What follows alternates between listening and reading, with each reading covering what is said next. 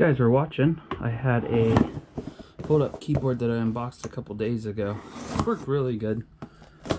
It's pretty sturdy for a fold-up keyboard. But, come to find out, I'm using it for the Steam Deck. So, basically I'm just using it to hit like buttons I just don't want the onboard keyboard on there, on-screen keyboard. So, I need my FN buttons. I need my F buttons. And this is the only one that has the F buttons. I really didn't want a touchpad, but this one has a touchpad. Other than that, that other keyboard worked great. So here's my new keyboard. It's a bit larger, but it still folds up.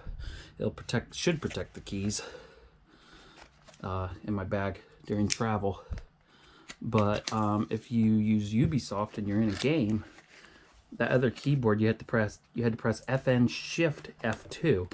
And the FN cancels out the shift button. Actually, it cancels out everything, I think, because it wouldn't even work.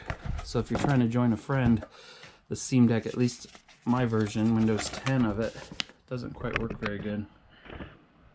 So if you guys want to read this, pause it, screenshot it, look at your screenshots.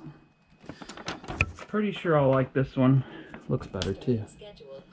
Really? What bad timing to make a video. Error 4. Error 4. Clean cliff sensors. Clean the cliff sensors. My vacuum decided to clean as soon as I started this video. What's that? The cord? It's kind of off-put by the vacuum doing that. Just a standard USB-C. Or not USB-C, micro USB. Don't even need to open that. I got plenty of these. Shove that back down in there. Looked like it was about a foot long. Now my other one had a problem. You can't really do it with this one. Push the keys together. I'm sure it's doing it, but I don't feel it doing it. Nice little stoppers. Not stoppers.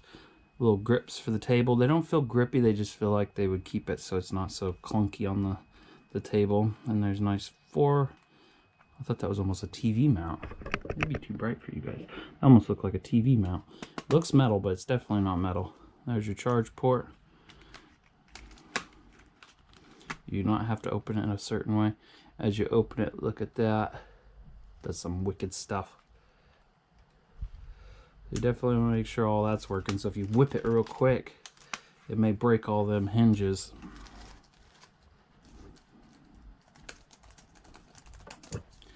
The keyboard feels full size. That's great. Like the keys don't feel too cramped. The spacebar feels normal. The other one did not feel like that. Looks like you got some status indicators over here.